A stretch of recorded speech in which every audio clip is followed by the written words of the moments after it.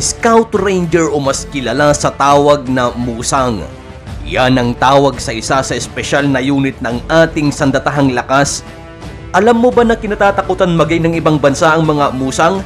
Ito ay hindi lamang dahil sa pisikal na lakas ng mga ito, kundi dahil sa nakakatakot na pamamaraan nila ng pag-infiltrate at pagsugpo ng kanilang mga target. Hindi mo kasi mararamdaman na pinapasok nila ang iyong teritoryo.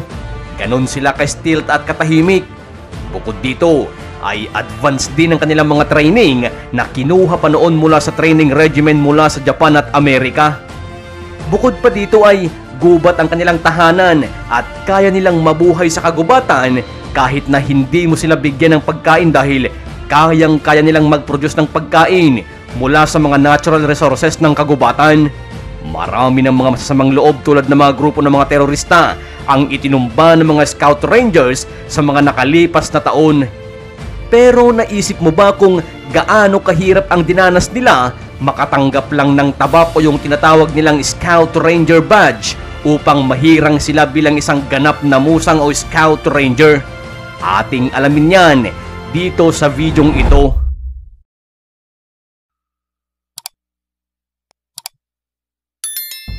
Ang Scout Ranger program ay inumpisahan noong November 25, 1950 sa ilalim ng pamumuno ni dating AFP Vice Chief of Team Rafael M. Lieto. Isa sa mga purpose kung bakit itinayo ang Scout Ranger program ay upang magtipon-tipon ang mga top-notch soldiers upang magsagawa ng mga mahihirap na misyon tulad ng anti-terrorism, anti-guerrilla operations, hostage rescue, unconventional warfare, jungle warfare, raiding operation, ambushes, close quarter combat, urban warfare at syempre ang mga pagsabotage sa mga target. Sa unang araw sa Scout Ranger Training Camp ay agad sisindakin ng mga officers ang mga aspirant soldiers na nangangarap mapabilang sa elite force na ito. Karamihan sa mga aplikante ay mga well-trained na o dati ng sundalo mula sa iba't ibang mga regiment. Sabihin na natin ang iba ay may mga matataas ng ranggo at ang iba naman ay mga bagong recruit pa lang ng mga sundalo. Pero pag pumasok ka sa training camp upang maging aplikante, lahat kayo ay pantay-pantay na. Walang pakialam ang mga officers dito kung isa kang captain o corporal dahil lahat kayo ay tatawagin bilang mga trainees. Sa unang araw pa lang ng mga aplikante ay masusubukan na kaagad ang tatag ng katawan ng mga ito. Ang tawag sa unang araw dito ay ang reception day. Isang buong araw silang pahihirapan sa araw na ito at halo-halong mabibigat na gawain ang ipapagawa sa iyo hanggang sa masuka sa sobrang pagod. Ang ilan sa mga ipapagawa nila ay ang jumping jacks, push-ups, pull-ups at marami pang iba. Paulit-ulit nila itong ipapagawa hanggang sa umunti ng umunti ang bilang ng mga trainees at umabot sa desired na bilang na maaaring tumawid sa susunod na phase ng training. Marami ang bumabagsak sa unang phase pa lang ng reception day. Marami ang natatanggal kaagad dahil hindi kinakaya ang nakakanginig ng kalamnan na dulot ng mga aktibidad na ipinapagawa sa kanila. Kung makalagpas ka sa phase 1 ay huwag ka munang magsaya kaibigan dahil may natitira pang dalawang phase bago ka tuluyang makapasok sa Scout Ranger at matawag na isang musang. Pagkatapos ng mga mahihirap na mga task na ipinagawa sa unang bahagi ng reception day ay hindi ka pa nila pagpapahingahin dahil sa pangalawang phase ay kanila naman kayong patatakbuhin ng halos 2 oras sa gitna ng kainitan. Naitala sa ulat na mas maraming nalalaga sa phase 2 dahil sa sobrang kapusan ng hangin. Huwag mag-alala dahil may mga nakantabi ng mga ambulansya at mga medical personnels kung sakaling may biglang magkulap sa kalagitnaan ng pagsala.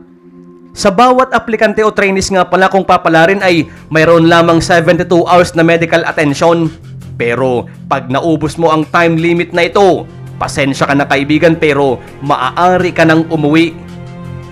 Habang patagal ng patagal ay padami ng padami ang mga aplikanteng nagko-collapse at sumusuko sa kalagitnaan nito. Ang pinakamabigat na senaryo ay ang mga aplikante na tinatamaan ng heat stroke dahil sa pagkakababad nila sa init habang tumatakbo. Marami man ang sumusuko pero mas marami pa rin ang nananatili sa malaimpyernong pagsubok na ito. Matira matibay, mahimatay na kung mahimatay pero Bihira lang kasi dumating ang ganitong pagkakataon kung kaya't buong puso itong tinitiis ng mga trainees. Pagkatapos tumakbo ay mas pahihirapan pa nila ang katawan mo dahil pagagapangin ka nila sa putikan habang nakalagay ang mga kamay mo sa likod. Dito mararanasan na hingalin ng todo at magkasugat-sugat ang balat at mukha dahil makakaskas ito sa lupa at mga bato sa paligid. Ang main purpose ng Phase 2 ay upang simutin ang natitirang lakas ng bawat aplikante. Dito tinitignan kung kakayanin pa kaya ng isang aplikante kung lalagpas sila sa kanilang limit. Hindi biro ang reception day dahil may mga na-o-ospital na mga aplikante dito dahil kinakapos ng hininga at nawawalan ng malay. Tanging ang mga taong may napakataas na tibay ng katawan at mataas na willpower ang nakakalusot sa reception day. Bukod sa paggapang ay pagugulungin din kayo sa putikan at lupa bilang kasama ng mga aktibidad sa Phase 2. Siyempre paulit-ulit din itong ipapagawa hanggang sa mabawasang muli ang bilang ng mga aplikante. Lumalabas na tumatagal ang Phase 1 at Phase 2 ng 6 na oras. Maghapon kang pahihirapan sa gitna ng initan. Kung sakaling makayanan ng katawan mo at ng isip mo na makalagpas sa Phase 2 ay congrats! Maaari ka nang makahinga ng maluwag dahil malapit nang matapos ang pagsubok. Ngayon, papasok ka na sa huling bahagi ng reception day at ito ay ang pagsunod sa tradisyon ng mga Scout Rangers.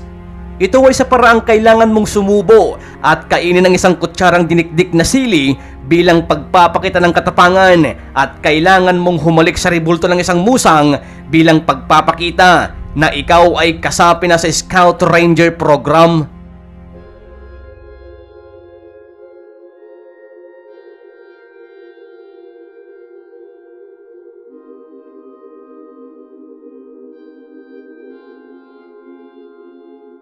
Pagkatapos nito ay magkakaroon kayo ng salo-salo at sabay-sabay na kakain.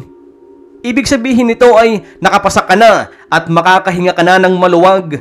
Subalit ang mga hirap na dinanas mo sa unang araw pa lang ay hindi pa yun ang totoong umpisa ng tunay na pagsasanay bilang isang musang.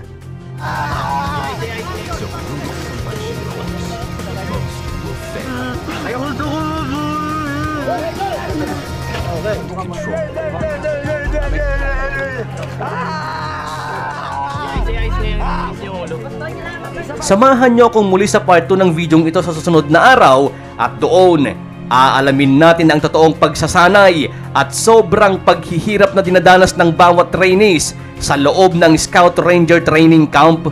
Well, bago tayo magtapos ay ipasisilip ko muna sa inyo ang ilang mga clip ng kanilang mga napakahihirap at buwis buhay na mga training.